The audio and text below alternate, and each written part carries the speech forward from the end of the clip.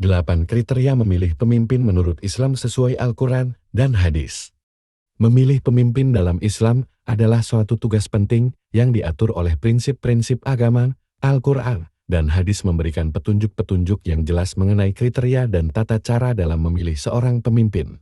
Berikut adalah beberapa petunjuk ajaran Islam yang berkaitan dengan pemilihan seorang pemimpin. 1. Ketakwaan dan kepatuhan pada Allah. Seorang pemimpin yang baik dalam Islam harus memiliki ketakwaan yang tinggi kepada Allah, taat pada perintahnya, dan memimpin dengan memegang teguh nilai-nilai moral Islam.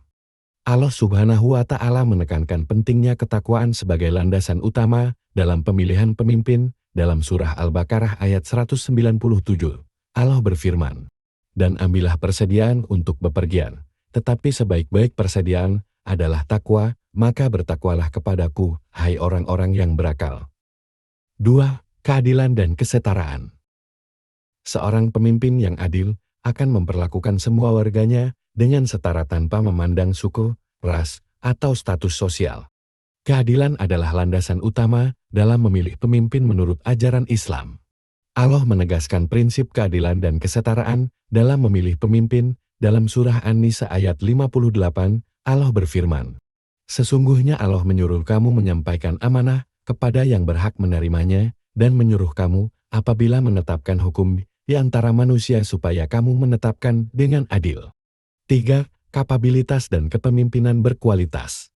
Pemimpin harus memiliki pengetahuan, keterampilan, dan pengalaman yang memadai untuk memimpin dengan efektif. Dalam surah Al-Baqarah ayat 247, Allah menyebutkan kisah pemilihan Nabi Daud sebagai pemimpin yang memiliki kapabilitas.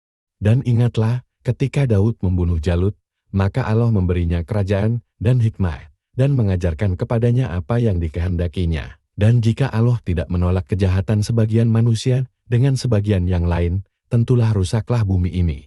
Tetapi Allah Maha Luas karunia-Nya kepada semesta alam. 4. Keterbukaan dan konsultasi. Ajaran Islam menganjurkan pemimpin untuk bersikap terbuka dan melibatkan warganya dalam proses pengambilan keputusan. Konsultasi syura dengan para ahli dan masyarakat dianggap sebagai prinsip yang sangat penting dalam memilih dan menjadi pemimpin. Rasulullah memberikan contoh prinsip keterbukaan dan konsultasi dalam kepemimpinan. Dalam sebuah hadis riwayat Bukhari dan Muslim, Rasulullah bersabda, "Barang siapa yang memerintah dan dia tidak konsultasi, maka dia akan merugi. Dan barang siapa yang berjanji kemudian dia mengkhianati, maka bukanlah dia di antara kita." 5. Tidak korupsi dan transparansi. Islam menentang segala bentuk korupsi dan menekankan perlunya transparansi dalam kepemimpinan. Pemimpin harus menjalankan tugasnya dengan amanah, tanpa memanfaatkan jabatannya untuk kepentingan pribadi atau kelompok tertentu.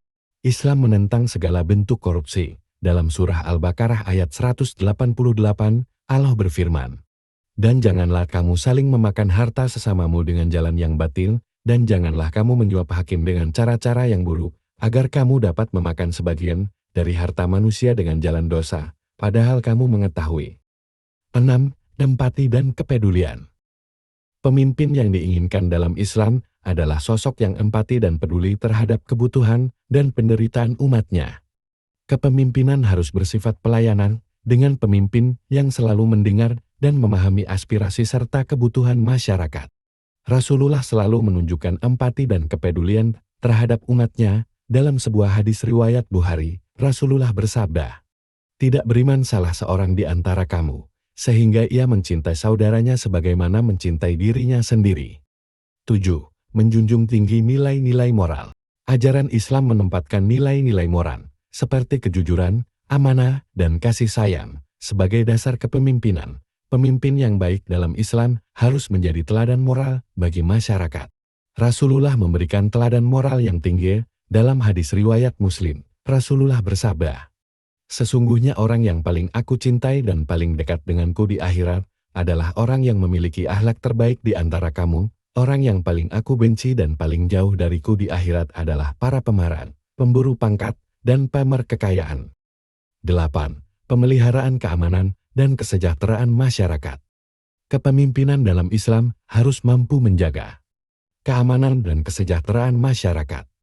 Dalam surah An-Nisa ayat 75, Allah berfirman, "Maka mengapa kamu tidak memerangi orang-orang yang melanggar janjimu itu, yang hendak menjatuhkan Rasul dan mereka yang memerintahkan berbuat keadilan di antara mereka?"